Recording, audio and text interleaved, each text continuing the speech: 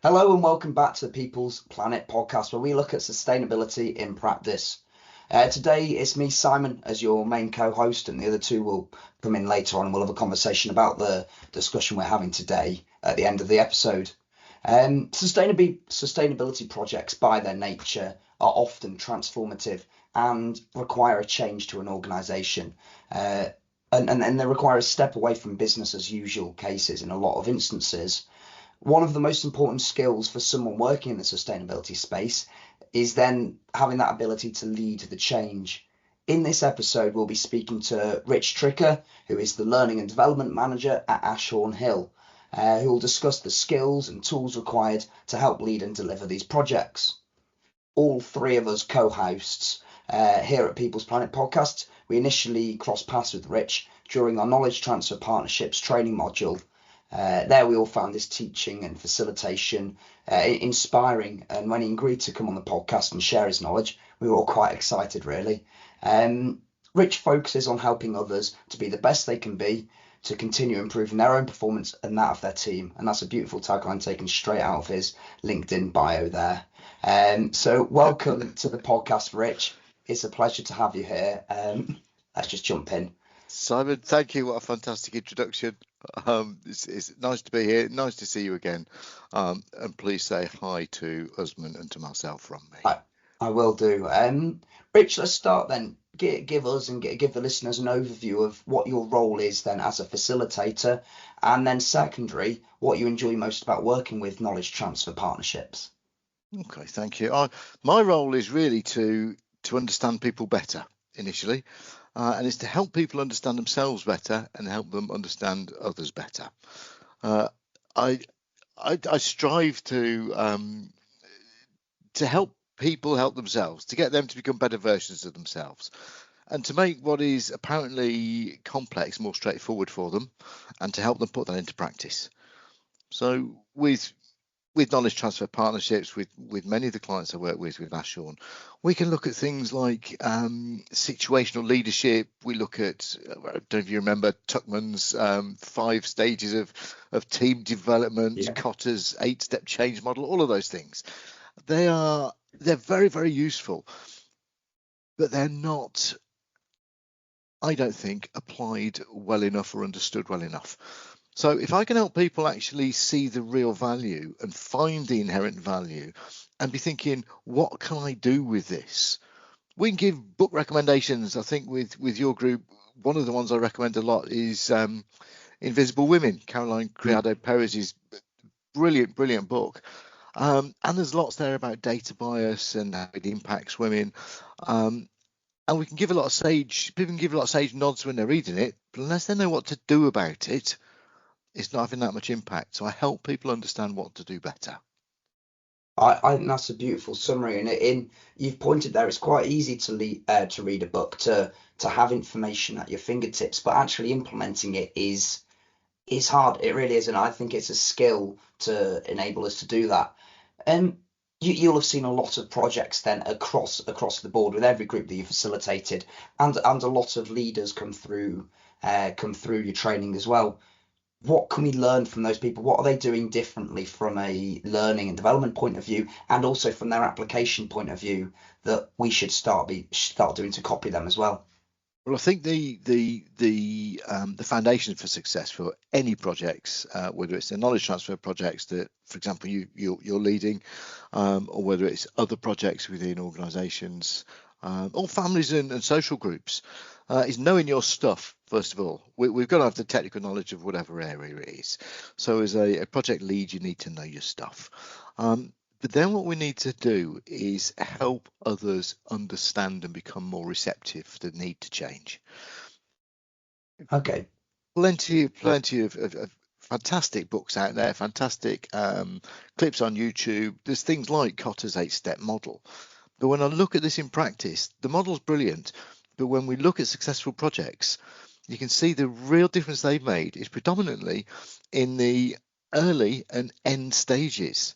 So it's the creating the receptivity, the creating the sense of urgency, and it is then making the change stick, making it become habitual, helping it become second nature, rather than a real focus.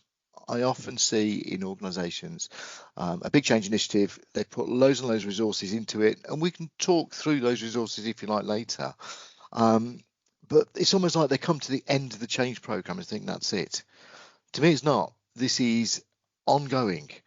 And the more we help sustain and embed change, the more we help make it sticky, the more successful that change or that project, whatever it is going to be. It seems like the obvious next question, but how do you embed the change after your project is finished and initially you've got the funding and you've got the excitement of going, yeah, we're doing this project, it's cool, it's innovative, it's new, let's bring it to the market, it's there, or you've changed a system and a process. What do you do then? Everyone's gone on to something else. How do I keep it going? That's it. Well, I think some of that is to do with the preparation work. So if we think of something as straightforward as painting a wall, and I know by my own very bad example that I won't spend enough time preparing and sanding down. I'll just get to slapping paint on. Then if I can get away with leaving it for a year, I'll be thinking, why is that paint peeling? But then the next time I do it, if I'm sanding the woodwork properly, if I'm making sure I've got an even surface, then that helps me. So in terms of making things stick, quite literally, right from the start, we need to help people be receptive. We need to understand the people and the people's emotional responses throughout.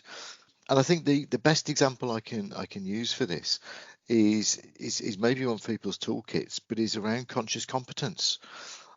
So before the change, whatever the change is, and if we're talking particularly globally important things like the environment, like sustainability, then I think most of us are through the first stage, which is unconscious incompetence. Mm-hmm. We are no longer a race sort of not realizing the damage we are doing. And it can differ for different sectors, different areas, different people and different initiatives. But some of us are at a stage of conscious incompetence. In other words, yeah, we know we're hurting the planet with a number of different things, and we're sort of trying to change it. And if we look at motor manufacturers, I appreciate Marcel was talking about Toyota on a previous one. So sorry for going back to an example from motor manufacturers. I think it's a great example. We look at electric vehicles and people are asking questions already about, well, hang on, where are the parts and the batteries coming from? What are the conditions under which people are working that are mining some of those metals? So we are becoming more and more aware, more consciously incompetent, and we build through into conscious competence. That's the stage a number of smaller projects, if we bring it back from a global level, smaller projects are at where we are quite deliberately taking conscious steps to do things right. And I think the next and the most important stage is the forever stage, or should be, which is the unconscious competence. When these things are habitual, we don't need to give it too much thought. But the concern for me with any projects or any change initiatives is we think we don't need to give it any thought. It's just it's the way we do things around here. Now, for things to be embedded that way, and it would be a true cultural shift, people actually need to be still rewarding good behaviour, noticing. As leaders, we need to be observant and steering and rewarding and praising. So for those leaders then that have been able to create that forever change and are very much conscious about the problem and actively doing something to change it, let's pick three, if you can think of that many, but if there's three sort of criteria that those people have that others might not, what is it? What sets those people apart, and how easy is it to become those people that do deliver that? Okay. The first thing is emotional intelligence.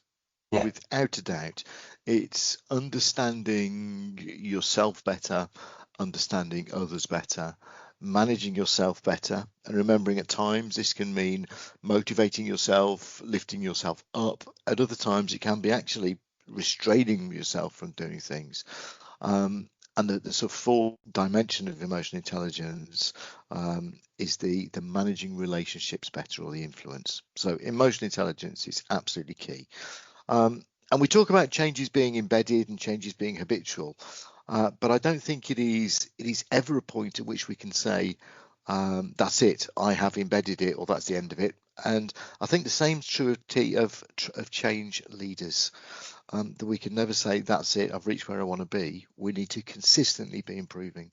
So emotional intelligence, consistently, to use Stephen Covey's words, sharpening our saw, getting better and better at that.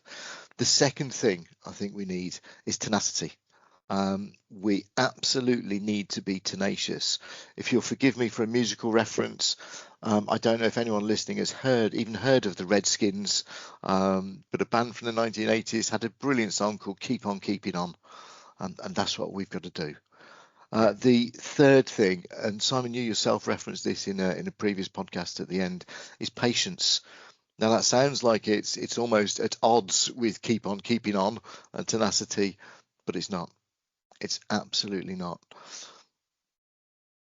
So we've got emotional intelligence, tenacity, and patience. No, that's brilliant. Thank you, Rich. Could you explain that patience point more? Because I know, and I'm speaking from my own experience, sometimes you have a really exciting idea or something you want to do, and you want to start because everything seems to be in place, everyone's receptive of that change, and yet you've got to wait, and you either got to wait for the market to be receptive of what you're suggesting, or people. How do you be patient? Do you sit on your hands? Do you occupy yourself with something else? You consistent, and this is through the self-awareness that you have. It's consistently through being self-aware, through knowing none of us are going to be patient. Once you've got an idea of, for example, if you are particularly ready to be excitable, it's about managing yourself better. If I may, I'll share a very, very small example, sort of a microcosm to help with the macrocosm of the idea. Yesterday, I had a call with one of our sales team and a potential client about quite a big program that is up for tender. And the client was very impressed when we talked about the experiential learning we could do. Once we sort of provisionally booked various rooms and made sure we got resources available, it's then left for me to prepare a quote. Before we got to that stage, my colleague wanted to go and see our managing director and say, yeah, let's go and tell them. And they did. And there's nothing wrong with that. My colleague was excited, wanted to share good news with the managing director. My view is a little bit more cautious, and is we don't yet have that business. I would rather be going to the managing director and telling John, this is what we've got when we've got it. So I think reminding ourselves of what is the best possible outcome here. Now, in that very small example, my colleague's aim is probably to share some good news with the MD, put a smile on his face. Why wouldn't you? That's my aim too. But my aim is maybe a little bit more cautious in that scenario and think, let's wait till we can be sure of putting a smile on their face. Because if it doesn't come through and doesn't come off, all I've done is falsely raise its expectations. So it's always thinking of the end goal, Simon, is my view. Think of what it is we want to achieve. That helps me rein in my excitement at times. So when you so you've got to have almost cautious optimism. Absolutely, great expression. That's brilliant, Rich. Let's shift now. You do a lot of facilitation, a lot of training, and as you've just mentioned there, how do you develop a toolkit then? I'm a professional. I'm a very busy person. Not me personally. I sit and eat a lot of biscuits. But us people listening might be very busy. How do they fit in training and development? How do they identify what their needs are to do that? Okay. Then first of all, know themselves better. There's two sort of streams, two streams here. One is the change itself. And the scaffolding that goes around that change. The other is the individual that's leading that change. So if I take the individual first, the individual leading the change needs to be doing whatever they can to improve their own self-awareness, social awareness, etc. Sounds very straightforward. It is straightforward, but it isn't easy. And what it is for that toolkit is 360 feedback. It's reflection. It's things like knowing your own strengths and weaknesses, knowing your boundaries, knowing your values. Most of us take these for granted. But you know what? On a drive home one day, if I'm just spending some time, as well as focusing on the road, but this is the unconscious competence bit, I hope, while I'm unconscious competently driving, what I'm also doing is thinking, actually, let's just remind myself, and help build that self-awareness. Help grow our understanding of others by constantly being curious, constantly having the mindset of a curious child, by asking why. Now, yeah, I want to bear in mind, I don't want us annoying our stakeholders too much. I'm not quite down to toddler levels of why, or up to toddler levels of why. But if we can keep that childlike enthusiasm and curiosity, that helps. In terms of, and any self-development I would recommend to people. There's one book I think I'd recommend it to yourself and your colleagues. I recommend to a lot of people. Jeff Thompson, The Elephant and the Twig. It's a bit of an all-rounder book in terms of self-development. It's written by a former bouncer, a person who worked on the doors in Coventry in the 1980s. Terrific book. Something like that. Just keep sharpening your own saw. In terms of the scaffolding around the change, there's a few things going on. There's whatever the change itself is within an organisation, and you've got to make sure the places are in, the component parts are in place. That's where things like Kotter will help you. John Kotter's create a sense of urgency, build a powerful coalition, etc. His 8 stages of change will help you. Further book recommendation, Our Iceberg is Melting by Kotter. Brilliant. Stick that in your toolkit. But make sure you've got these changes planned for, and that's the scaffolding around the change. But people forget that on that scaffolding you need people working. Now I'm talking metaphorical scaffolding clearly, but it's the people we forget, and that's things like where things like Elizabeth Kubler-Ross's grief curve come in. It's been mistermed or developed the change curve, but it looks at how people react emotionally to change. That's a very, very powerful thing to be aware of, and understanding that different people are going to be at different stages of shock, denial, anger, depression, experimentation, decision, integration as you're going through the change. So a good manager, I'm sorry if this sounds simplistic, but in their toolkit needs a good sense of themselves, a good sense of others, an understanding and appreciation that others are different from one another and from the leader themselves. Find whatever common ground you can and celebrate that. But adapt and connect as much as you can. So they need in the toolkit a decent pair of eyes, a decent pair of ears, a decent brain, a decent heart. It is as straightforward as this, and a good sense of what's within their control and what's not. It's back to the serenity prayer. God, grant me the serenity to accept the things I cannot change, the courage to change the things I can, and the wisdom to know the difference. Forgive me, I think I've just switched around the order of that prayer, but the meaning is okay. It's knowing what I can change and what I can't change. That is brilliant, Rich. It's really helpful to understand that, and I think it is very much transferable to almost any project of any scale as well. Should someone be themselves in that scenario, then at what point do you have to play a character in order to influence stakeholders and deliver change? And at what point do you just truly just be yourself? And is it a balance between the two, really? Well, I can give you Richard Tricker's view. In fairness, I think this is also Ashorne Hill's view, but I think it's very, very important that you are yourself. Now, I talk about adapt and connect.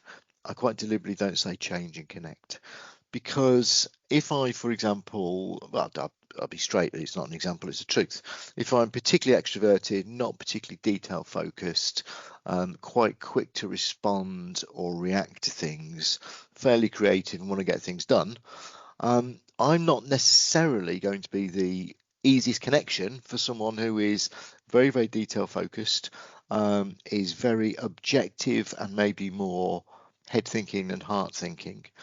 But as long as I have a good understanding of the other party, I can take a step nearer. Understanding of my position, my values, their position, their values, and I can take a step nearer. What I'm not doing, Simon, is I'm not jumping across.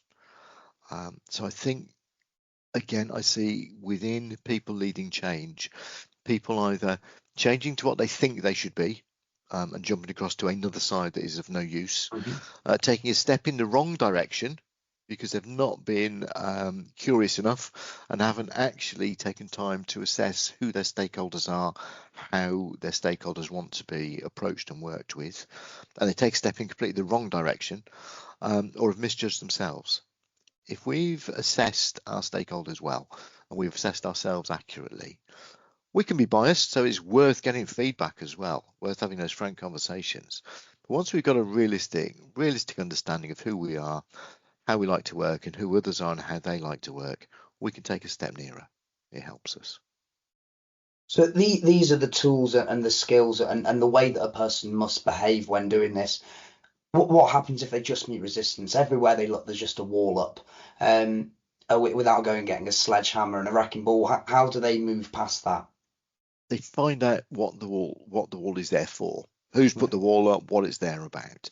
What are the reasons for that wall being built? There is always a reason. We can't always take the wall down, but we can always find the reason. If we know the reason, then sometimes we can help to extend the image. We can help take it down brick by brick with the other party.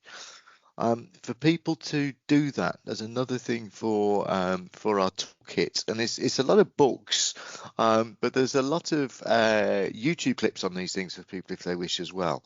And that's Cialdini's Influence, the Science of Persuasion.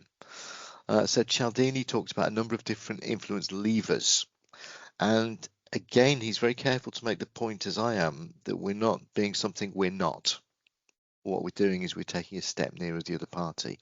Sometimes this is through authority, sometimes it is through liking, sometimes it is through scarcity. So there are a number of different levers that Cialdini talks about. And quite simply, we may well need to sell the benefit or disturb more. So someone may not like to adopt a change purely because, well, this is the way we've always done it, Rich, and it's habitual to do it this way. I get that. I get the comfort, and I'm one of those people. There's not many people that readily embrace change unless they see the reason and the purpose. I can see the reason and the purpose, but I might not quite see the consequences. And there's phrases like, which means that, which help people see the purpose. So someone may ask me to stop doing something. They may give the reasons why what I'm doing is unhealthy or not good for me. I sort of know that and carry on. Someone may tell me if I carry on smoking, it means I'm likely to die at a younger age. If they'd have told me that maybe 20 years ago, I'd have still carried on smoking and said, well, yeah, okay. If they then say, which means that you might not be around for your daughters when they need you, they are more likely to influence me. So there is disturbing, there is benefit selling, and both of which you can do with which means that. I feel human beings are motivated to move towards good or to move away from pain, and that's where these two things come in. We help people see these things more clearly. That can stop people building walls in the first place, and if they have built a wall, you can help them take it down with those things.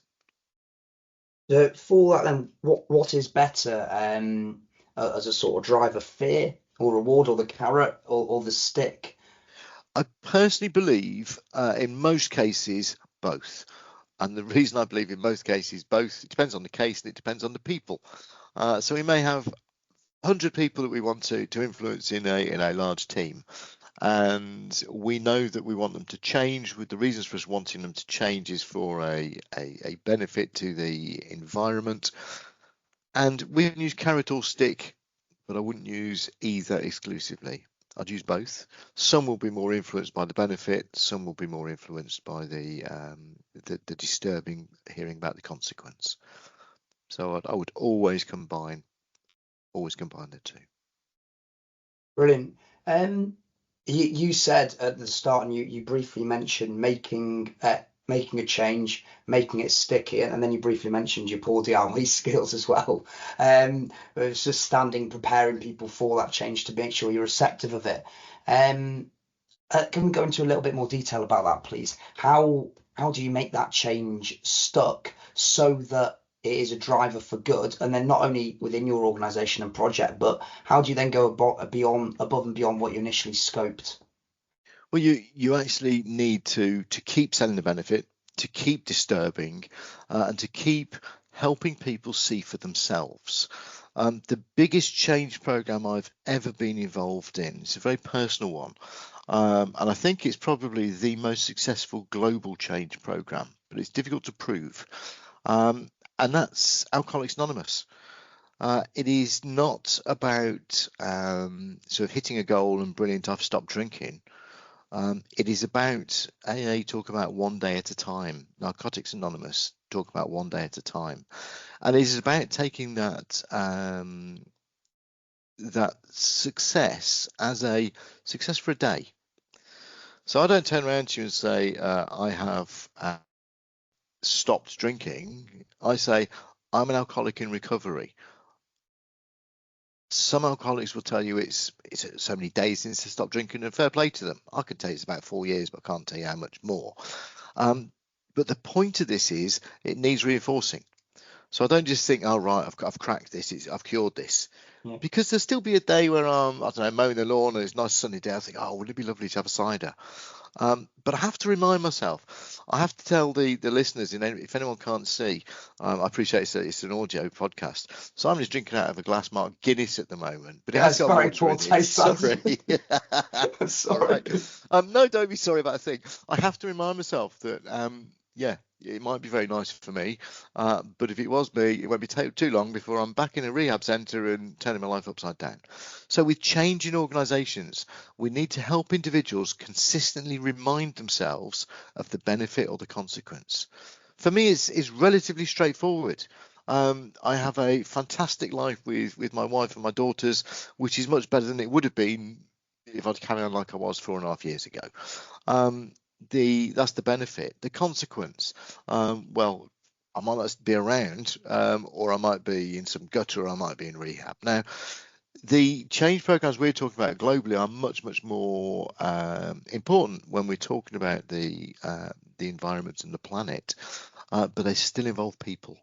And people are the most important aspect to that. If we can help people understand the difference they're making and remind themselves basis, brilliant. I think that's what any change leader needs to do. Help people see for themselves.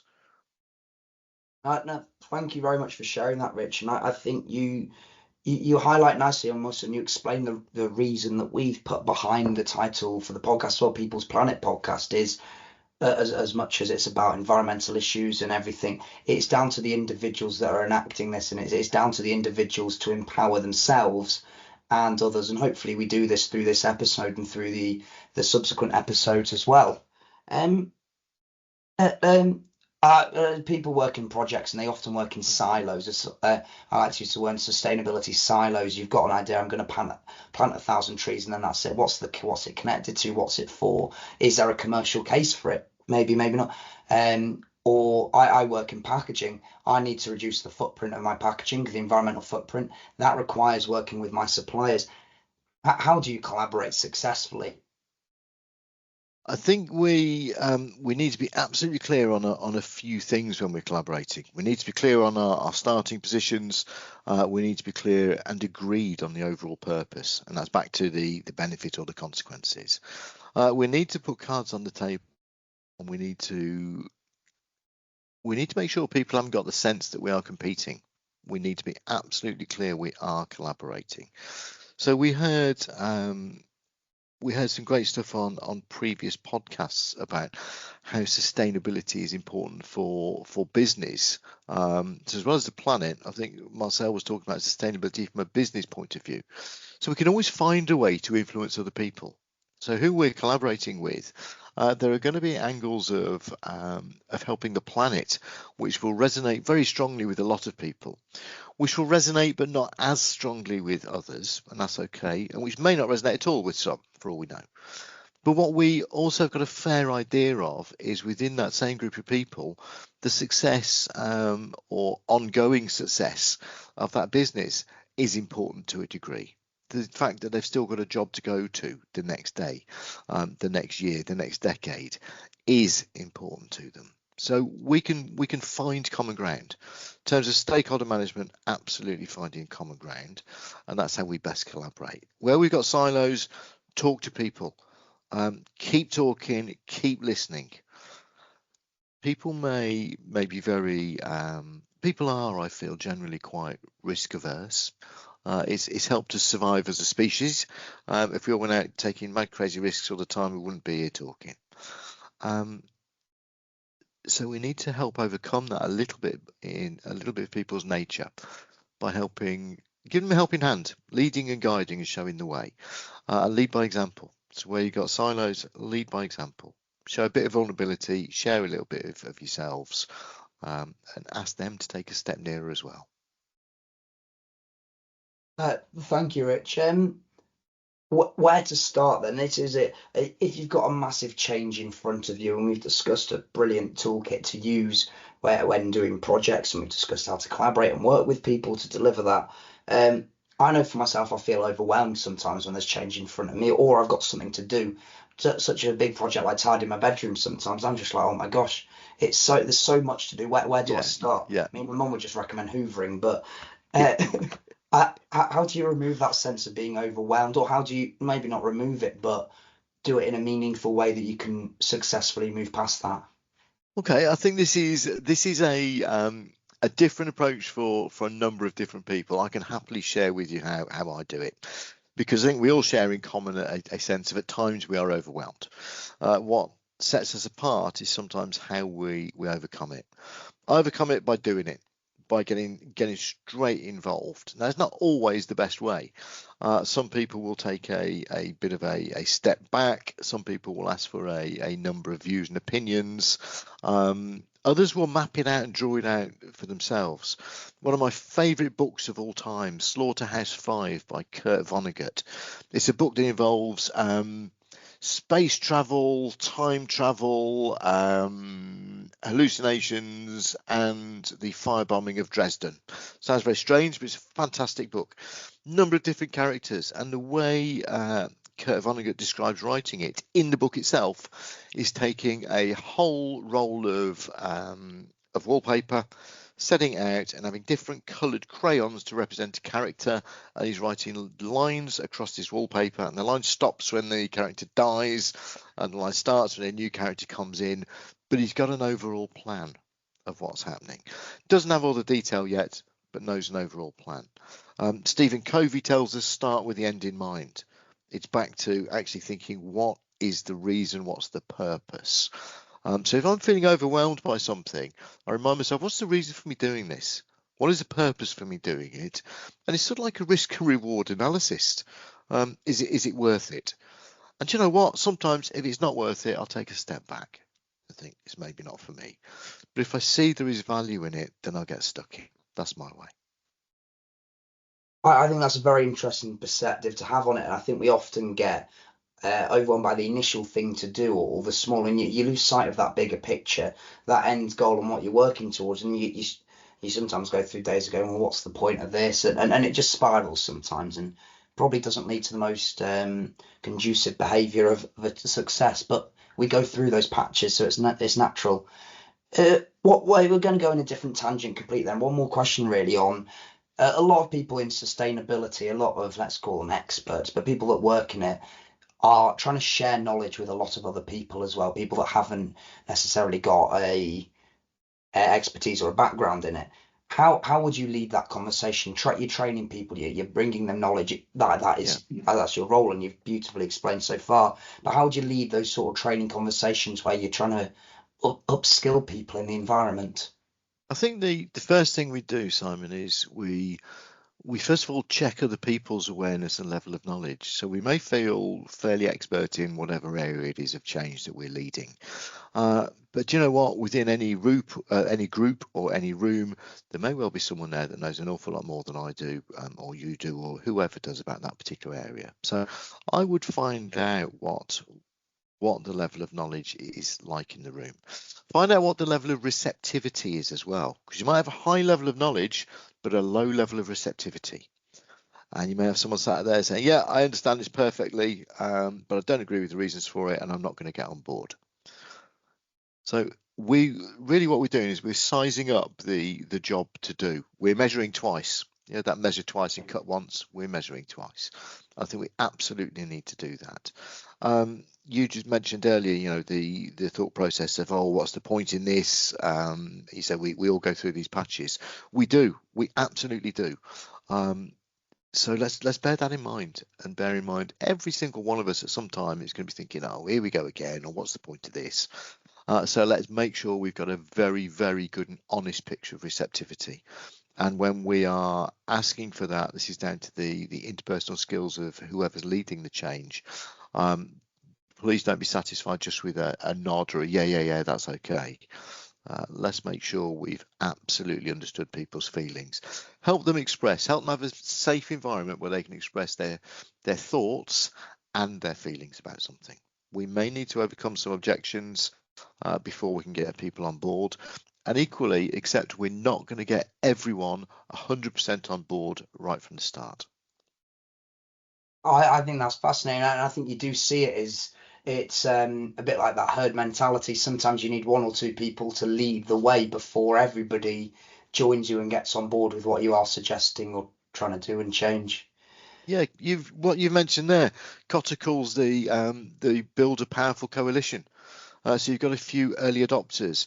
You celebrate the early successes, and you begin to see the doubters falling by the wayside, changing their mind that little bit. They're still not going to be perfectly bought in right from the start. But you know what? I found with some change initiatives, some of the best champions have been those at the start were the biggest doubters or the most vocal doubters. And actually, they can be your champions. They're helping you with the embedding if they've gone through that complete change of mind through the process. And I think some people do have a difference in mentality when some people are very analytical in thought process and need that evidence-based reasoning, where some people are emotive and they just go, yeah, I'll jump on board. I like the sound of that. And as you said, being self-aware and being aware of others does help in addressing those differences between your audience. Let's ask a question to start concluding, Rich. We've got somebody who's listening in on the call, listening in on the podcast, and they've got to start something new. They've got to start a change initiative, transformative. They've got a transformative project right in their hands in front of them. What is the very, very first thing that they do? Make sure they understand it and make sure they understand the reasons for it. So they don't have to know every single stage, step by step, of what's going to happen. But what they do need to know is have a very, very clear, what I call lid of the jigsaw picture. They don't need to put the piece of the jigsaw together yet. That's what a team can do. But they need to have a clear picture on the lid of that jigsaw so they know where they're aiming for. That's the first thing. I think that's nice and concise, really. Know what you're trying to do. I'll go one last quick fire question, really. You're feeling intimidated. You've got into an audience with directors, company directors. You've got the board there. And you'll obviously feel a bit of imposter syndrome potentially from time to time and intimidation. But what skills do you have for dealing with that? You have everybody listening, yourself, Simon, husband, Marcel, me, every single one of us has all the skills we need. I feel so strongly about this. If we are working for an organisation and we are involved, there's a change we are leading, we feel passionate about. If we've got to the position where we're in front of the board, they've at least got to be curious. They've at least got to be curious. It is our job as change leader to build on that curiosity. It's our job to help them understand. It's back to the benefit selling and the disturbing. This is what will happen if this change comes through. If we get this successfully and we keep behaving in this way, and this becomes the way we do things around here, this is what will happen. This is what will happen if we don't. And that's where we disturb. Just remind yourselves in front of board members, please, that those people want what's best for that organisation. You want what's best for that organisation too. For people listening who are experts in particular areas, because of your expertise and knowledge in that area, you'll have more knowledge and expertise than the board member or the director in that area. That's what you're employed for. That's exactly what we're paid for, to be experts in our areas. The board member isn't necessarily an expert in that area, none of them. You may have one or two, and they maybe think they know a lot. They have known a lot in the past, but things have changed. They are on a board and they have plenty of other things to be doing. It is your job And be careful how you approach this, but it is your job to educate them. A really, really good and effective board will be receptive and want to be educated. A less effective board you may find it a bit more of a challenge, but every single board should want what's best for that organisation.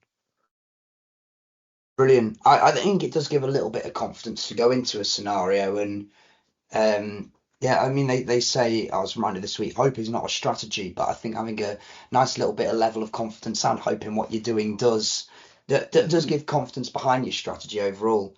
I think we're going to move to conclude there, Rich. That was brilliant. And my two takeaways anyway, and I'm sure everyone listening will have their own. One, be a kid still in terms of asking why don't be a toddler, but have that enthusiasm there. And then look at the bigger picture. Remind yourself of the bigger picture wherever you are, the bigger picture for the people that you're working with, the bigger picture for you and for the organisation. I think for me, those two tools will be helpful. Have you got any sort of final remarks, any final takeaways you want people to leave this podcast with?